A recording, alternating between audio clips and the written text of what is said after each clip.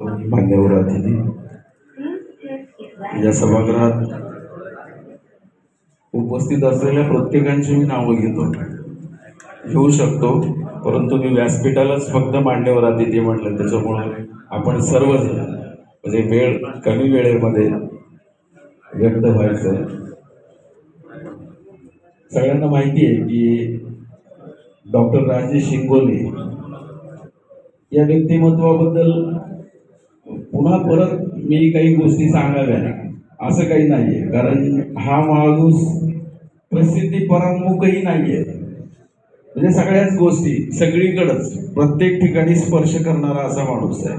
Social मीडियावर सतत असल्यामुळं सगळ्यांना माहिती आहे की कोणत्या कोणत्या क्षेत्रामध्ये हे व्यक्तिमत्व काम करतं. आणि त्यात पुन्हा मी बऱ्याच वेळेला म्हणालोय की कोरोना आला, अर्थात अनेक दुःखद घटना त्या कोरोनाच्या काळात घडल्या, परंतु काही सुखद घटनाही घडल्या कोरोनामुळे. म्हणजे माणसं कळाली माझ्या दृष्टीने, कारण मी सगळीकडे वावरलोय. म्हणजे स्मशानभूमीत माणसं जाळायलाही मी होतो, 150 माणसं मी स्वतः जाळलेत रात्र बसून, हे सगळ्यांना माहिती आहे.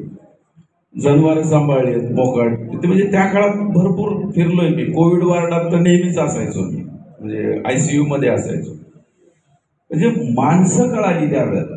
मी त्या मानपत्रामध्ये लिहिलंय मुद्दाम असं की रक्ताची नाती म्हणजे त्यावेळेला खऱ्या अर्थानं दुरावली होती, पण समाजात काही माणसं मला अशी चांगली सापडली, अशी की जे माणूस म्हणून माणसाकडे पाहणार आहे अशी माणसं. त्यातलं एक हे राजेश शिंगोले नाव.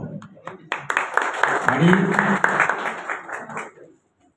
या माणसांनी त्या कोविड पासून थोडासा गाण्याकडं वेळ द्यायला सुरुवात केली. म्हणजे गंडाबंद शागीर ते कोविडच्या काळात झाले माझे, म्हणजे त्याच्या अगोदर मोकळे होते, म्हणजे आमच्या दृष्टीनं मोकार शिष्य आहे. पण कोविडच्या काळामध्ये ते खऱ्या अर्थानं गंडाबंद शागीर. आम्ही दिवसभर ICU मध्ये इकडं तिकडं फिरायचो आणि रात्री 10-11ला मग आमच्या स्टुडिओमध्ये बसायचो. हे असतील, शरद झाडके असतील, हे सगळी, प्रदीप चोपणे सुद्धा इथं हजर असेल, तो सुद्धा कोविड मधलाच विद्यार्थी येतो.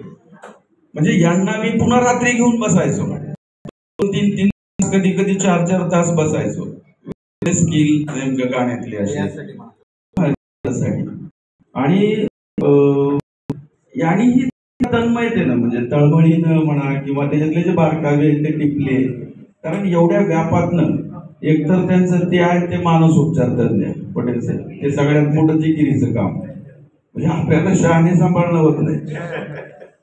ते सगळे त्यांना म्हणजे तेवढ्या अडचणीच्या ह्याच्यातनं व्यापातनं ते वेळ काढायचा आपल्या कलेसाठी आणि तो वेळ द्यायचा, ते डेव्हलप करायचं जिद्दीनं.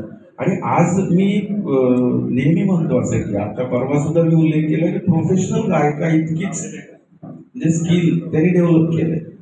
अर्थात त्यांना ते व्यवसाय म्हणून त्याच्यात नाही उतरायचं, पण कसं असतं की मनाला समाधान देईपर्यंत जर आपण केलं ना तर त्या क्षेत्रामध्ये आपण यशस्वी होतो. आणि ते त्यांनी केलेलं, करून दाखवलं. सिफा बुक ऑफ वर्ल्ड रेकॉर्ड त्याच्यामध्ये, म्हणजे की हा कार्यक्रमच खूप अप्रतिम होता. किती त्या कार्यक्रमाबद्दल समजले नाही. त्याच्यापूर्वी आता अंबाजोगाईतल्या आपल्या विद्यार्थ्यासकट आमची Guinness book of world record मध्ये 2 वेळेला नोंद झाली. ते आनंद मला म्हणजे जाणवत होतो, सगळ्या गोष्टी कळतात. पण राजेश शिंगोलेंनी तो परवाचा जो कार्यक्रम झाला, जगदीश खेबुडकर एक असं नाव आहे इथे बसलेले जेवढे सिनियर आहेत, ज्यांनी मराठी चित्रपट पाहिलेत, अनुभवलेत, त्या सगळ्यांना माहिती आहे की जगदीश खेबुडकरांचं नाव घेतल्याशिवाय मराठी चित्रपटसृष्टीचा इतिहास पूर्णच होऊ शकत नाही. इतकं मोठं नाव ते. आणि त्यांच्या 93व्या जयंतीच्या निमित्तानं कोल्हापूरकरांनी, अर्थात खेबुडकरांची ती कर्मभूमी आहे, त्यामुळं कोल्हापूरकर वासियांनी आणि इंडियन मेडिकल असोसिएशन म्हणजे शाखा कोल्हापूर आणि तिथला संगीत क्षेत्रातल्या लोकांनी मिळून तो कार्यक्रम ठेवला आणि 93 गायकांची निवड केली आणि ते खेबुडकरांचीच गाणी. आणि सलग 93 गाणे 93 गायकांनी त्या व्यासपीठावर सादर केली. त्या कार्यक्रमाची नोंद सिफा बुक ऑफ वर्ल्ड मध्ये झाली. हा आपल्या आनंदाचा क्षण आहे. आणि मी माणूस असा आहे की मला ज्या गोष्टीचं कौतुक वाटतं तिथं मी थांबत नाही. अर्थात तो कार्यक्रम झाल्यापासून मनात ते चालूच होतं की आज ठेवू, पण ते इतके कार्यक्रम व्हायला लागले सारखं, ते प्रत्येक कार्यक्रमाच्या आयोजनामध्ये मी इतकं व्यस्त राहायला लागलो की ह्या कार्यक्रमाचं नियोजन करायला वेळच मिळाला. मी म्हटलं आता 3 दिवस, परवा दिवशी डिक्लेअर केलं की इथून पुढचे 3 दिवस डॉक्टर इंगोलेंसाठी राखीव काढून ठेवायचे म्हटलं. आणि परवा दिवशी मग डिक्लेअर केलं की आपण आज कार्यक्रम हाच रविवारी करूया. आणि 2 दिवसामध्ये ही तयारी झाली.